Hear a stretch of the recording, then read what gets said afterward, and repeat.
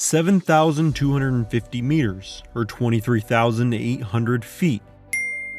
You could fit 79 American football fields, or 253 basketball courts, or my favorite stat, 1,484 Toyota Camrys in that distance. Well, that is exactly how high Camp 3 is on K2, otherwise known as the Savage Mountain. It's hard to put in perspective everything that takes to simply get to that point on the world's second tallest mountain, but for most climbers, it is years of mental and physical training. Yet on February 4th, 2021, there were over 25 people huddled inside 4 tents in Camp 3. For that many people, there should have been at least 12 to 13 tents. There was not enough oxygen tanks, and the radio was filled all night with profanity of the freezing climbers as they huddled in the confined space as negative 35 degrees winds raged just outside. It was no surprise that after that night, almost all the climbers descended the mountain, many of them suffering from fatigue and frostbite. But how did we get here, and why, on the most technical mountain in the world, do simple mistakes happen?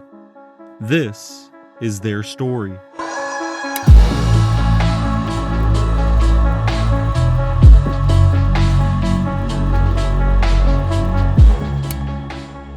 Most of my viewers will know by this point that I have a fascination.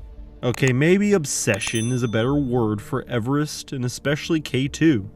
Each individual climber is doing something that would seem insane to most of us, taking on incredible risks just to say they did it, or frankly, could do it. It doesn't get more interesting than that. In this week's story, we look at a team that I've covered recently. In fact, I even mentioned this exact expedition, as it changed how Antonis Sikaris would approach climbing, and have a deep impact on his life until his death just 1 year later. The winter season of 2021 was historic.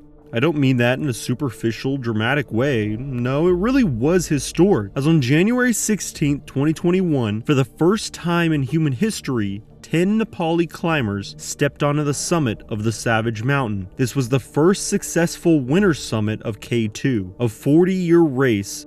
So it was fitting that 3 different groups of Sherpas would come together to form one 10-man team. The backbone of mountaineering, and the men always in the shadows, would be just the team to finally accomplish what no human has ever done before. There were many other groups on the mountain racing for the summit that winter, and one of the largest groups was organized by 7 Summit Treks, one of the few companies who led expeditions on the Savage Mountain. But there was a key mistake made, as the relatively low cost of $35,000 American dollars, yeah, I know, low cost, attracted some inexperienced 8,000er clients as they wanted the chance to achieve glory. For those experienced, it looked like a disaster from the start, and sadly, the winter season would not only be known for the first summit. It was a busy winter, and if we know anything about K2, the weather is brutal. The 10-man team had been on the mountain laying ropes, setting up camps, and acclimating themselves to the altitude starting in December, so by February, well, it had been a while. The entire season was a flurry of bad weather. Many days in January they dealt with strong winds, and even some days at 120 kilometers per hour that would absolutely wreak havoc on the campsites further up the mountains, such as Camp 2 and 3, leaving nothing but wreckage with barely any signs that a camp stood there just a day prior. It would be difficult to dig through the feet of snow to find any inkling of a tent, so most of the time they would again have to start from scratch, pulling together the few scraps they could to continue their stay on the mountain. Atanas Skatov, his girlfriend Shini, and Lakpa Dendi Sherpa arrived on K2 later than the other groups, but Atanas and Lakpa were some of the best climbers in the world, as their technical skill was known by all the other climbers. He was also known for being a vegan. It was on the mission to be the first vegan to summit all 14 8,000ers. So far, he had successfully summited 10 of the 14, and had set his eyes on K2 as the 11th.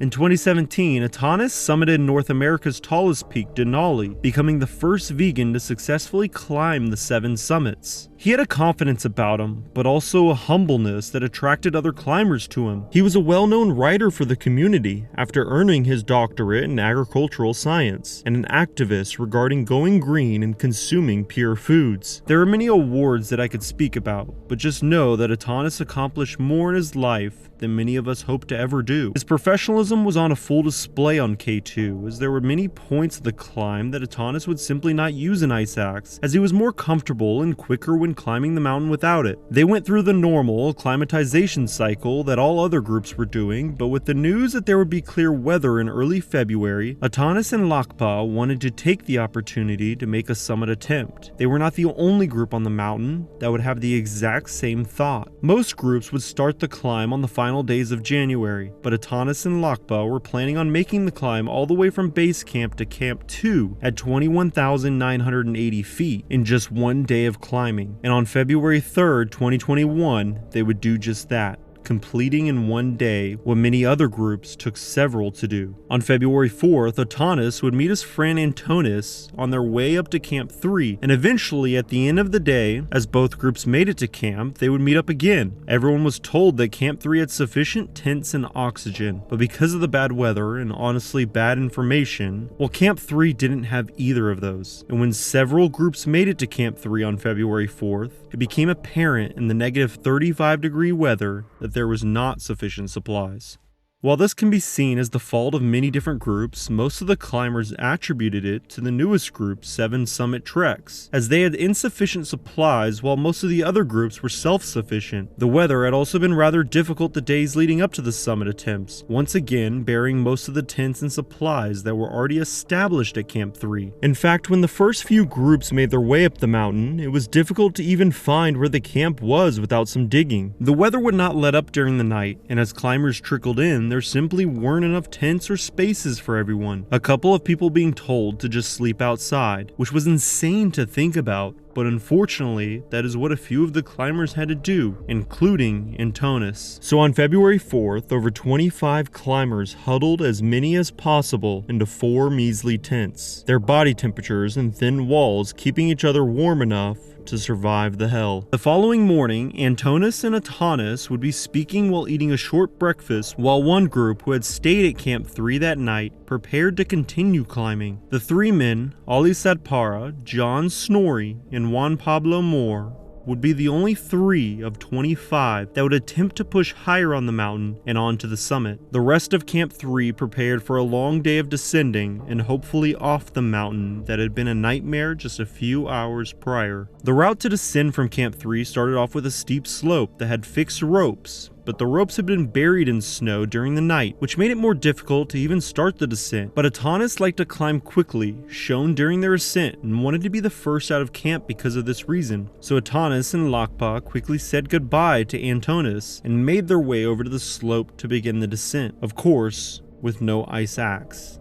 Atanas would find the rope and use his harness to latch on for safety, but the rope is split into 2 different sections based on anchors. It is during the transition from one side of the anchor to another, when you are latched to nothing on the mountain, that you are the most vulnerable to something happening. What happened next is impossible to know, but it is speculated that while switching from one section of the rope to another, the worst possible outcome would occur. Antonis would be watching as Atanas was slowly climbing. Then he just disappeared. Lakpa would race back up the slope and say, "Antonio, Antonio, Atanas has fallen.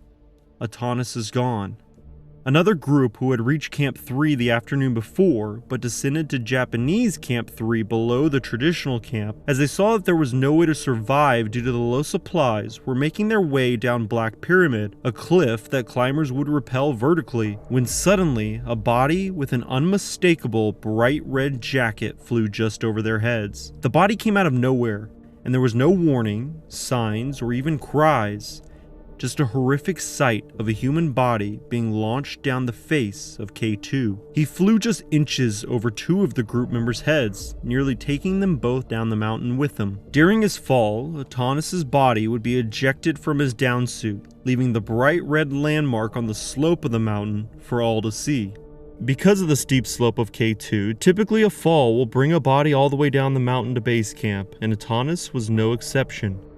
I cannot imagine what his girlfriend thought or felt when the body of her loved one made it back. Lakpa would frantically descend the mountain and was in obvious distress when he met the group that Atanas' body had flown over. They all knew one another as they were experienced climbers, and it was obvious that Lakpa was suffering from what he had just witnessed. Lakpa was described as one of the kindest and most competent climbers out there, and he was suffering from the loss of his friend and client. Unfortunately, Atanas would not be the only tragedy that would occur on the Savage Mountain that day, as the three men who had decided to push onto the summit, Ali Sadpara, John Snorri, and Juan Pablo Moore, would lose contact with base camp after entering the famous K2 bottleneck on February 5th.